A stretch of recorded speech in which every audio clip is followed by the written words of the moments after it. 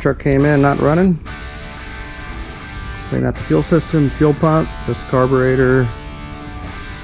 The linkage was stuck, you had to pull it back with your hand, and now that's working. And moving on to electrical. It's got no lights, bunch of loose wires everywhere.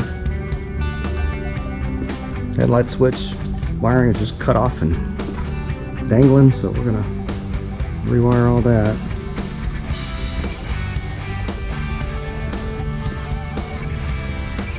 Put some mirrors on it.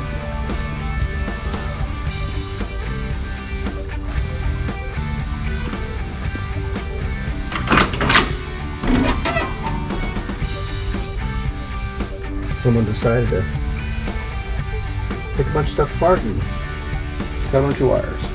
Make it fun.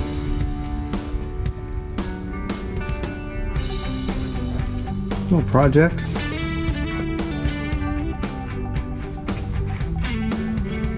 At least the bed has a nice decking.